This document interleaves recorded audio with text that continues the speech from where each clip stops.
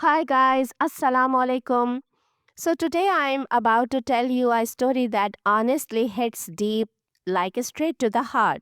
It's not just some random story. This is a real life journey of a British woman who went from confusion and searching to finally finding truth, purpose, and peace. This is not just about switching religions, it's about waking up inside, changing how you think, and actually recognizing what's real. If you have ever questioned life or felt like something's missing, yeah, this one's for you. All right, let's hear it from Ima herself.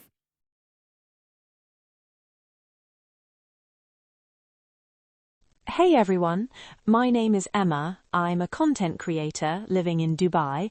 And yeah, if my accent didn't already give it away, I'm originally from the UK. Honestly, you don't run into a lot of British people here, so I kind of stand out sometimes. I also run a few businesses and work in marketing. So here's the big thing. I accepted Islam about a year ago. That means this is going to be my very first Ramadan as a Muslim, and I'm not going to lie, I'm super excited, like genuinely hyped for it. Growing up, I wasn't raised in a religious household at all. I wasn't baptized or anything like that. My parents didn't really follow any religion either. Their mindset was always like, she'll figure out her own path in life. If religion is right for her, she'll find it herself. Now, my grandparents were Christian, so yeah, as a kid I did go to church sometimes.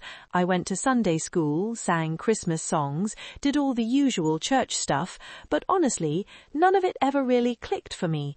Like, I was there physically, but mentally I was just not feeling it. I grew up in a super multicultural environment in the UK. Even though it's mostly a white majority country, my circle was really diverse. I had friends from all kinds of backgrounds: Muslims, Hindus, Sikhs, Jews, pretty much every major religion you can think of. And since I grew up playing with Muslim kids, I always kind of knew that Muslims weren't how the media portrays them. You know how the news can be sometimes. It paints a certain picture, but my experience was completely different. A lot of British converts talk about facing heavy bias growing up, but honestly, I never had that. For me, it was just like, okay, that's their religion, cool, but at the same time, I didn't think it was something for me. Fast forward to my early 20s, this was about 10 years ago, I was going through it mentally, like really struggling. I felt lost and knew I needed help. I always believed there had to be some kind of higher power, but I just didn't know what it was. So I started exploring stuff like yoga and manifestation. You know, the whole think it and it'll happen vibe. At first it gave me a little bit of peace, but deep down I was like, nah, this ain't it. Everyone kept telling me, you have to read The Secret, it'll change your life. Now, I'm not really a big reader, but I was like, all right, it's a short book, let's give it a shot. So I read it, and honestly, I didn't get the hype at all. There was this one part where it said, if you want to get married, you should keep an empty drawer ready for your future husband. I remember thinking, wait, what? Is this for real? Like, that just sounded weird to me. I even reread the book thinking maybe I missed something, but nope, still didn't click. My friends were like, you just didn't understand it, and I was like, yeah, exactly, I didn't. At that point I was like, okay, manifestation, not my thing. Yoga and breathing exercises are cool, but this whole belief system, nah, I'm out. So then I thought, maybe I should give religion another shot. My first exposure had been Christianity through my grandparents, but their version was very strict and formal. It didn't feel relatable. Then, through a friend, I started going to an African church, and let me tell you, the vibe there was amazing. The people were super kind, the music was incredible, and the food, oh man, top tier. I was literally the only white girl there, and every week they'd send me home with boxes of jollof rice because they were like, girl, you can't cook this yourself. I loved the people, the culture, the sense of community, but again, the religion itself, it still didn't hit my heart. I had to be real with myself. I wasn't just there to hang out. I was searching for something deeper, something spiritual, and I still hadn't found it. For about a year, I went there every Sunday. I was living in Shepherd's Bush, and the church was in Enfield. It took like an hour and a half to get there. And if I missed the train, oh, it was a wrap. I'd be stuck waiting another 30 minutes. I really tried, though. I even read the Bible they gave me and attended extra study groups on Sundays. But in the end, I had to admit it wasn't fulfilling me. I liked the people, not the religion. Now, here's where things start to shift. In London, you'll often see people handing out free Qurans on the street. Outside my office, every Friday there was always this guy giving them away.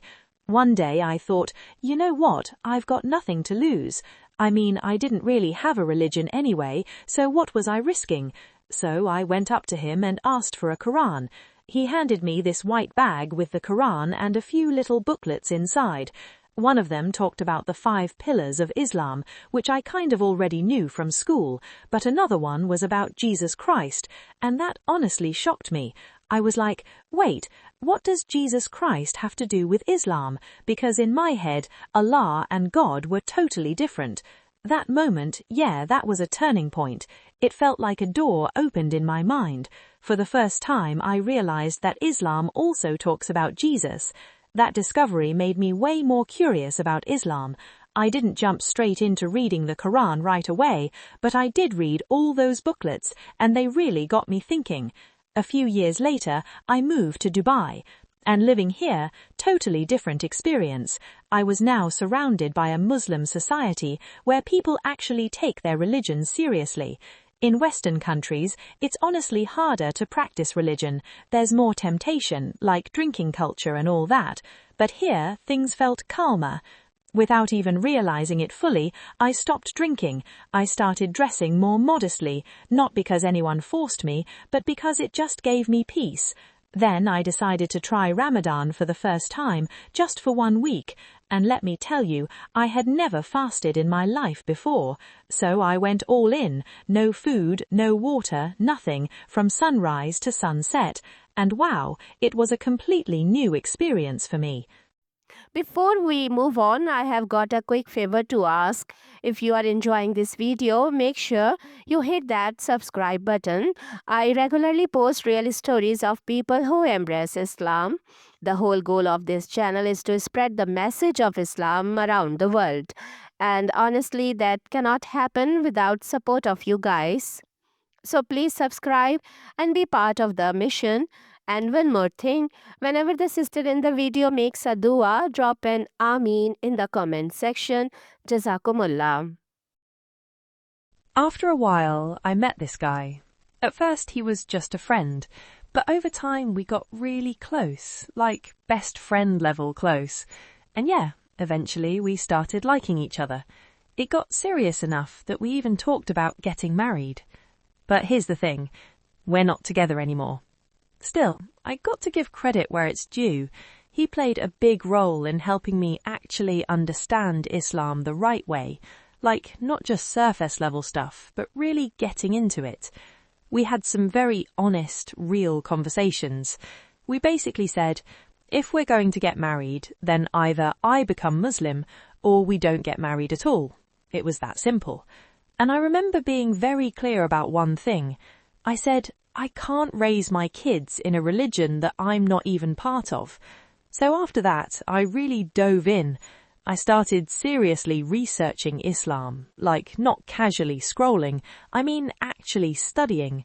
And eventually I read the entire Quran, and that honestly blew my mind. Because I realized there are so many Muslims who are born into Islam but have never even read the Quran fully. And I was like, wait, how does that even happen? How do you not read your own book? Then came the big moment. I accepted Islam. But plot twist, I still didn't marry that guy. We ended up breaking up. And here's where it gets interesting. A lot of people thought this was just a phase.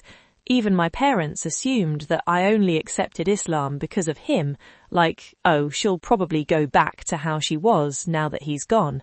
But nah, it was the complete opposite. After we broke up, my faith actually got stronger. That's when people started realizing, oh, she's serious about this. And to be honest, I even questioned myself at one point. I was like, am I doing this for him? But then I looked at what I was doing after the breakup. I started praying more consistently. I began creating Islamic content online, and I chose to wear the hijab from my heart, not because anyone told me to. That's when it hit me. This was my decision, not about a guy, not about pressure, just me and my faith. Especially as a Western, independent woman, I really didn't want people thinking that some man forced me into this. Like, no, that's not the story. I did this because I wanted to, because it felt right. And yeah, the past few months weren't all easy. There were tears, tough moments, emotional ups and downs, but at the same time, it was incredibly comforting. It made me stronger. And that's the short version of how I found Islam. But wait, it doesn't end there. Not even close. So what happened next was kind of powerful. I had to travel back from Dubai to the UK to attend a funeral. And during that time, I just knew, like deep down, that I was 100% ready to officially accept Islam. And something about doing it in my hometown felt right, like a full circle moment. This was the same city where I was born, where I partied, worked, lived my life, and now I was coming back to it for something completely different. Honestly, it felt like a sign. So I decided I'm going to accept Islam right here in my own city. I searched for mosques in Milton Keynes and found 2. I emailed both of them saying I wanted to take Shahada. One of them replied almost immediately. The imam got back to me within minutes like, yeah, of course, come whenever you want. So I went. And here's the wild part. I didn't tell my parents at all. It was Friday and my plan was to take Shahada first and then pray Juma. But I got nervous at the last minute and thought, okay, I'll do it after the prayer. When I got to the mosque, I accidentally walked into the men's section because I'd never been there before. And this mosque, it was so close to my old life, near my house, near my workplace, even near places where I used to party. I had passed by that building so many times before, and I never even knew it was a mosque. That's pretty common in the UK. Mosques are often just regular buildings, no big domes or minarets like you see in places like Dubai. Then came the moment. I took my Shahada. Coming from a Christian background, I always thought religious conversion would be this big, dramatic event, like baptism, you know? But this, it was so simple. I recited the Shahada in Arabic, then in English, and when I finished, I literally looked up and said, "That's it?" They were like, "Yeah." I said, "Wait, it was that easy? I don't have to do anything else." They smiled and said, "Nope." I signed some papers, and just like that, it was done. They gave me this small gift bag too, which was really sweet. The whole experience was so calm, so peaceful. No drama, no big scene, just this quiet, deep sense of peace. When I came back to the United Arab Emirates, I actually took Shahada there too, just so I could have official documentation locally. It's helpful legally and also just gives peace of mind, like everything is properly recorded. But honestly, the most surprising thing for me, how simple and straightforward the whole process was. Now, people always ask me, how did you feel when you walked out of the mosque after becoming Muslim? And I'm going to be real with you. I felt normal, like I was okay, nothing super dramatic. Probably because I hadn't told my parents yet. It took me about a week to finally sit them down and tell them. I said, I need to talk to you about something important. My dad got a bit nervous. I told him, I've taken Shahada. He was like, what's that? I said, it's kind of like baptism, but in Islam. He goes, so you're Muslim now? I said, yeah. And he just goes, okay, that was it. Conversation over. And honestly, that calm reaction helped me so much, because in my head, I felt like I'd done something huge without telling them, almost like I'd done something wrong. But their chill response just lifted that pressure off me. At first, everything felt a little weird. It took time to fully process it. I didn't even tell social media for months. And you know what? That period was actually beautiful. It was like this little private chapter, just me and my faith, no pressure, no expectations. If I could go back to that time, I would. It was peaceful in a way that's hard to explain. And when it comes to people's reactions, honestly, there wasn't any big reaction, which surprisingly was the best thing. People just accepted it like it was normal. When I went back to the UK, my friends started checking which restaurants were halal without me even asking. Like, how thoughtful is that? It was the little things that meant the most. Like my friend opening a door for me during a trip to Oman so I could fix my scarf privately, or my parents going out of their way to buy halal food for me from the supermarket. They even started cooking separately for me while still eating their own food. And that right there, that was the most beautiful response of all. No drama, no awkwardness, no making it a big deal. They just made space for me in their lives, naturally. And that made everything easier. It didn't feel like I had become a completely different person. It just felt like I was still me, just a little better, a little more complete. If you ask me what was the hardest thing after accepting Islam, you'd probably expect some big answer, right? But honestly, the thing that caught me completely off guard was getting ready for prayer. Yeah, sounds small, but trust me, it wasn't easy. Like putting on prayer clothes, laying out the prayer mat, praying, then folding everything back up, and doing that again and again, 5 times a day. At first glance, it sounds like no big deal, but when you're doing it multiple times daily, it starts to feel like a real responsibility, almost like a weight sometimes. And here's the thing, I didn't grow up practicing any religion at all. No Sunday church routine, no daily worship habits, nothing. So suddenly going from 0 to praying 5 times a day, making wudu, putting on hijab, wearing an abaya, then taking it all off again, it felt like a lot. And I'm going to be honest, I'm human. I already knew people would judge me. I expected criticism, comments, that whole haram police vibe, especially because I was talking about religion online, and at that time I even had a Muslim boyfriend. So yeah, messages and comments started coming in pretty early. That's actually why I kept my journey private for a while. I wanted to be mentally ready before putting it out there on social media. But what I wasn't ready for, this daily cycle of preparing for prayer over and over again.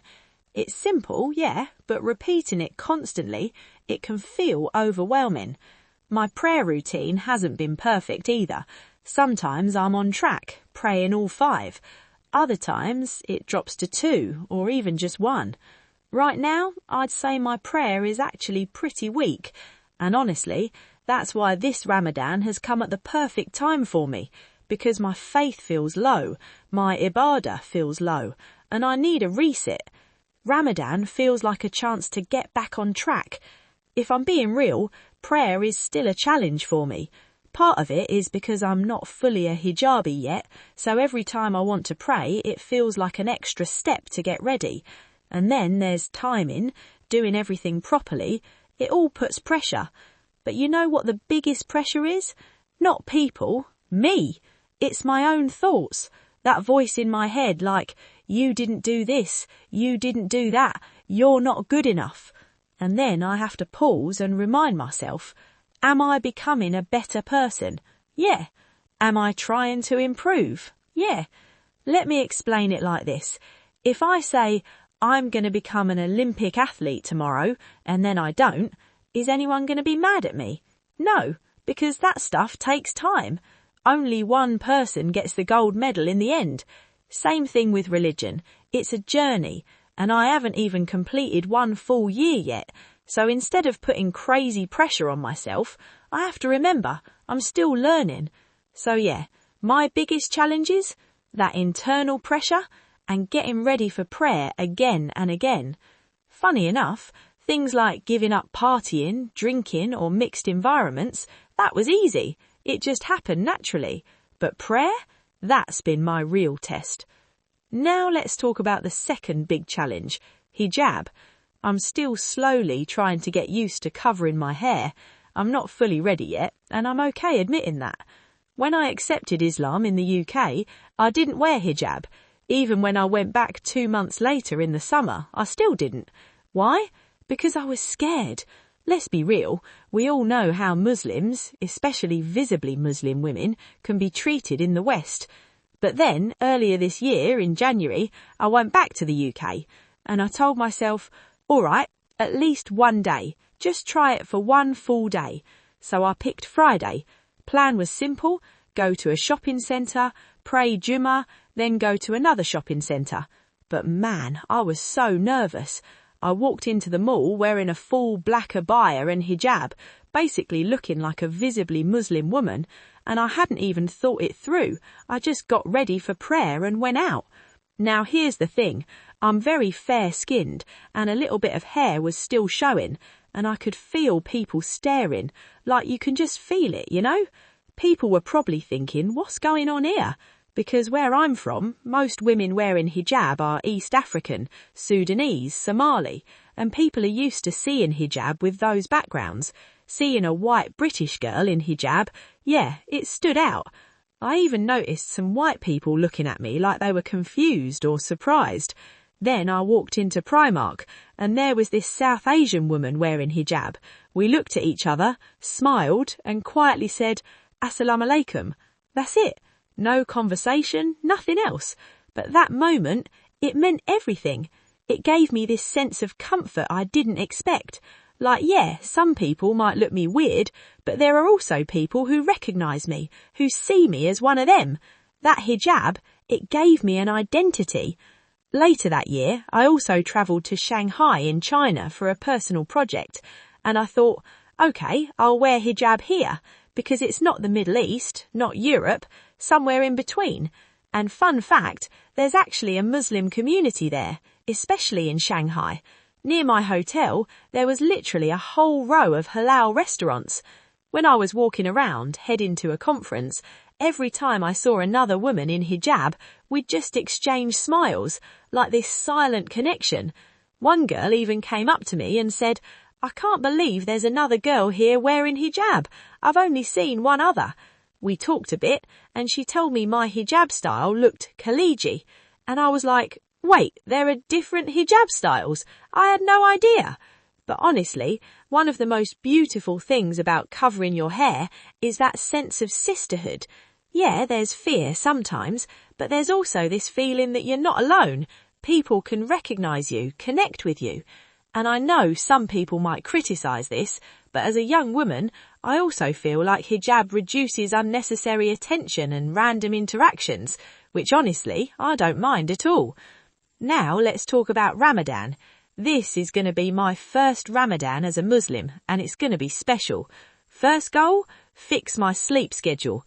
Because before, when I wasn't praying, I'd sleep super late and just eat normally during the day. Now, whole different routine.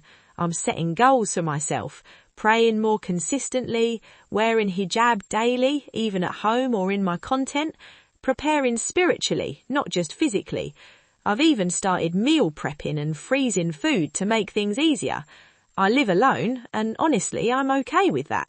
Some people say Ramadan alone is hard, but I don't feel that way.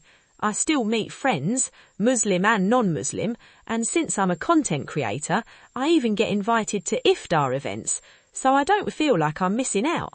But yeah, everyone's experience is different. Some people feel lonely without family, but I'm comfortable. For me, the biggest challenge this Ramadan, staying consistent, keeping prayers as a real part of my life. Before, I saw Ramadan more as a cultural or even health thing, but now it's about spirituality, and honestly, that's the hardest part for me right now. And at the end, I want to request you, please remember me in your prayers. And that's the end of Emma's story. A journey that was not perfect, was not instant, but was real. She did not find Islam overnight, and she did not become perfect after accepting it. She struggled, questioned herself, took small steps, and kept going. What makes her story powerful is not just that she changed her religion, It's that she stayed honest with herself and kept searching for truth no matter how hard it got. And maybe that's the biggest reminder for all of us that guidance is not about being perfect from day one. It's about trying, falling, getting back up, and moving forward with sincerity.